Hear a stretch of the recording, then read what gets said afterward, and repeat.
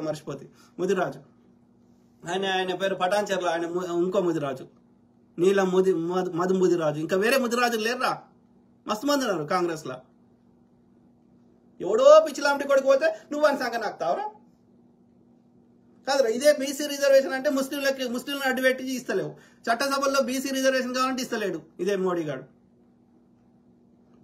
వాడు యొక్క మోదీ కాచికి చెందిన నూనెలు అమ్ముకునే, గానుగ ద్వారా తీసిన నూనె అమ్ముకునే వ్యాపార కులం వాడు ఇలా బీసీ అంట. ఈడబ్ల్యూఎస్ కింద 10% ఎవడు అడగకుండా రిజర్వేషన్ తెచ్చిండు 3% ఉన్నవానికి. సంవత్సరానికి 12 లక్షలు అంటే నెలకు ₹1,00,000 సంపాదించినాడు పేదోడంట. మేము కొట్టుకది వచ్చి నెత్తినోరు కొట్టుకున్నా మాకు ఇస్తలేడు.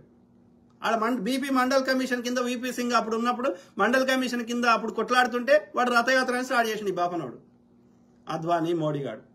అద్వానీ వాడు లీడర్ ఉండే, వీడు కింద కాళ్ళు నొక్కుతుండే. ఎందుకని? బీసీలకు రిజర్వేషన్ వద్దని. ఇవాళ ముదిరాజు పండ్లు అమ్ముకునే వాళ్ళు ముదిరాజు